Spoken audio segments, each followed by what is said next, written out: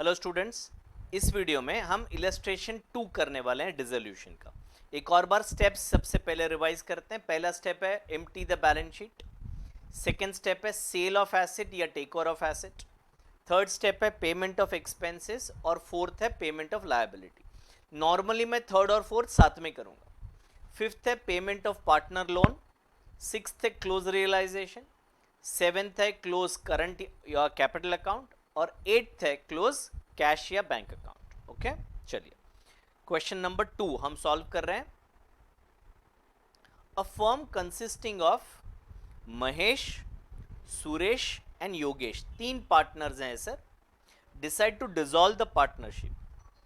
They decided to take over certain assets and liabilities and continue business separately. तो तीनों ने सोचा कि अभी हम साथ में बिजनेस करना नहीं चाहते हैं, हम अपना अपना अलग as a sole proprietor business करेंगे। अगर आप क्वेश्चन ध्यान से पढ़ोगे तो कहीं भी प्रॉफिट शेयरिंग रेशियो नहीं दिया है। अगर नहीं दिया है तो हम प्रॉफिट शेयरिंग रेशियो इक्वली समझेंगे, दैट इज 1:1:1। ओके, ऐसा मैं नहीं बोलता हूं, ऐसा पार्टनरशिप एक्ट बोलता है कि अगर डीड में रेशियो नहीं लिखा है तो उन्हें इक्वली प्रॉफिट या लॉस शेयर करना पड़ेगा। ठीक है, चलिए कैपिटल अकाउंट दिए हैं महेश, सुरेश, योगेश के, क्रेडिटर्स दिए हैं, लोन दिया है, फर्नीचर है, एसेट्स है, डेटर्स लेस आरडीडी है, स्टॉक है और कैश है। It was agreed as under Mahesh is to take furniture at 1600 and debtors amounting to 40,000 at 34,000 only। तो महेश फर्नीचर लेके जा रहा है 1600 का और डेटर 40,000 के हैं, पर वो मान रहा है कि मैं 34 ही दूंगा। तो हमको इससे कोई मतलब नहीं है।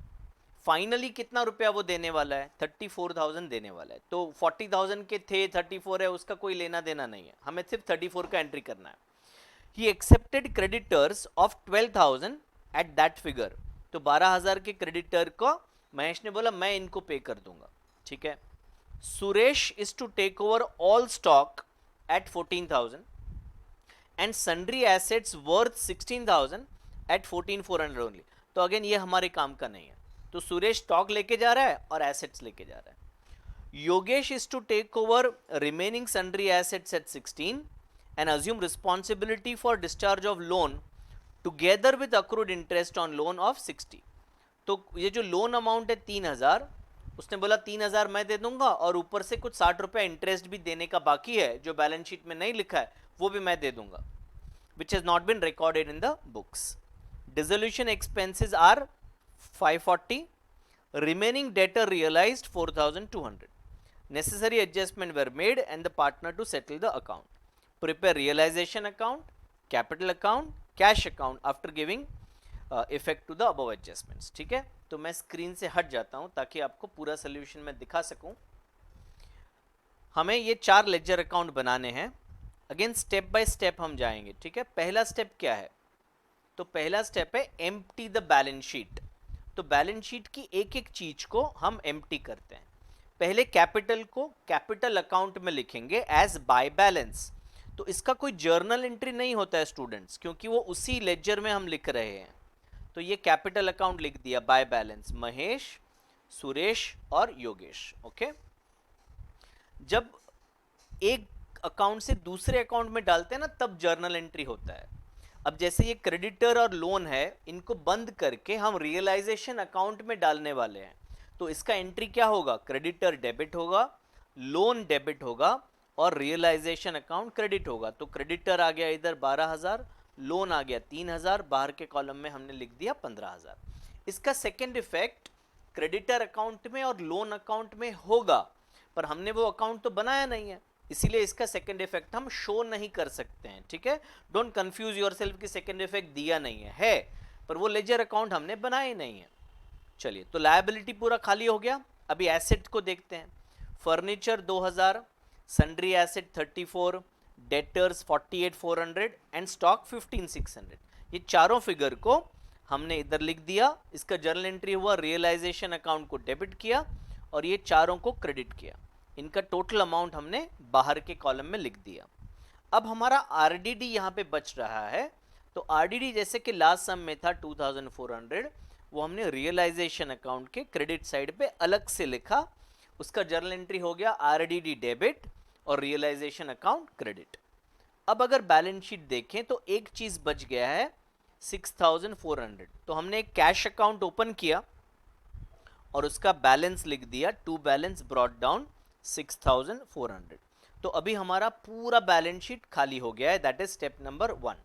अभी स्टेप नंबर 2 क्या है, सेल ऑफ एसेट या फिर टेक ओवर ऑफ एसेट। तो वन बाय वन लेते हैं जो भी एडजस्टमेंट्स में बोला है। तो पहले सेल ले लेते हैं, सेल क्या क्या हमने किया है। तो यहाँ पे जर्नल एंट्री से मैं आपको समझाऊं, सेल हमने किया है डेटर्स को बेच के हमें पैसे मिले हैं एंड दैट इज 4200। तो ये हो गया सेल, कैश अकाउंट डेबिट और टू रियलाइजेशन अकाउंट क्रेडिट। तो कैश अकाउंट में डेबिट साइड पे हमने लिख दिया टू रियलाइजेशन। अभी बहुत सारी एसेट्स ये क्वेश्चन में पार्टनर लेके जा रहे हैं, तो महेश के कैपिटल को हम डेबिट करेंगे, रियलाइजेशन को क्रेडिट करेंगे। महेश क्या क्या लेके जा रहा है देखते हैं, पहले लाइन में लिखा है। तो फर्नीचर लेके गया 1600 में और डेटर लेके गया 34,000 में। तो इधर हमने उनको क्रेडिट किया यहाँ पे रियलाइजेशन में, और महेश के कैपिटल में 36,000 को हम डेबिट करेंगे। महेश के कैपिटल में डेबिट होगा टू रियलाइजेशन। फिर सुरेश क्या लेके गया, तो सुरेश स्टॉक लेके गया 14,000 और कुछ और एसेट लेके गया 14,400 में। तो सुरेश 14,000, सन्ड्री एसेट 14,400, टोटल 28,400, और उसका सेकंड इफेक्ट होगा उनके कैपिटल में 28,400 डेबिट हो जाएगा। अब योगेश भाई साहब बच गए हैं। योगेश क्या लेके जा रहे हैं, Yogesh is to discharge is to take over remaining asset for 16,000। तो ये 16,000 में वो एसेट्स लेके गया to Yogesh, by Yogesh capital 16,000। Okay, ये रहा बाय योगेश कैपिटल 16,000। तो उसका डेबिट इफेक्ट होगा योगेश कैपिटल में 16,000 रुपीज। ओके, अब योगेश कुछ लायबिलिटीज भी लेके जा रहा है, तो उसका एंट्री होता है realization account debit to Yogesh capital account. Realization account debit होगा और to Yogesh capital account credit होगा। योगेश लायबिलिटी लेके जा रहा है, कौन सा, एक तो वो लोन लेके जा रहा है 3,000 रुपए का, और ऊपर से इंटरेस्ट भी देना है 60 रुपया। तो यहाँ पे महेश नहीं आएगा, इधर योगेश कैपिटल अकाउंट आएगा, योगेश। तो 3,000 रुपए लोन और इंटरेस्ट 60 रुपीज, 3,060 रुपीज। आपको यहाँ पे ये नहीं चेक करना है कि बैलेंस शीट में कितना है, आपको सिर्फ यही देखना है कि कितना पैसा देना पड़ रहा है, रिकॉर्डेड था या नहीं रिकॉर्डेड कोई मतलब नहीं है। अभी कितना देने का है 3,060, तो उतना रिकॉर्ड करेंगे। ओके, अच्छा, अभी इसके साथ साथ हमें एंट्री करना पड़ेगा। तो ये अभी हमारा एक्चुअली सेकेंड स्टेप हो गया सेल ऑफ एसेट वाला। अब हम आते हैं payment of liability and realization expense.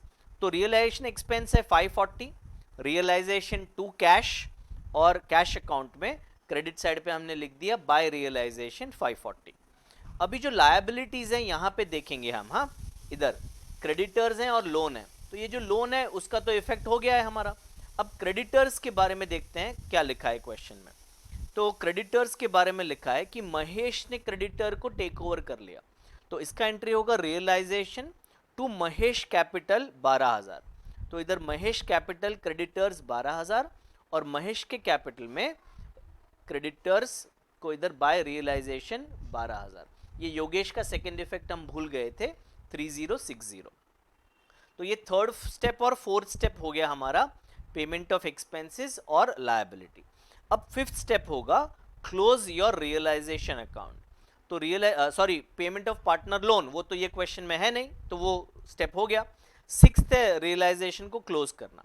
तो डेबिट साइड का टोटल ज्यादा है, वो टोटल यहाँ पे लिखा, वो क्रेडिट साइड पे लिखा। ये सारे टोटल करके 1,15,600 में से माइनस किया तो आ गया 13,600 बैलेंसिंग फिगर। जैसा कि स्टार्टिंग में बताया था, यहाँ पे पार्टनर कैपिटल जो प्रॉफिट है वो तीनों में इक्वली शेयर होगा, तो 1/3 1/3 1/3। तो ये 4533 4533 एंड में टोटल अमाउंट टैली करने के लिए इसको 1 रुपया ज्यादा दे दिया हमने। इसको भी 4533 दोगे ना तो 1 रुपये का मिस्टेक होगा, ये डेसिमल में आता है तो लास्ट वाले को 1 रुपया हम ज़्यादा दे देंगे। और इसका सेकेंड इफेक्ट होगा इनके कैपिटल अकाउंट में डेबिट साइड पे कैपिटल टू रियलाइजेशन 4533 4533 4534। तो ये हमारा स्टेप हो गया क्लोज रियलाइजेशन।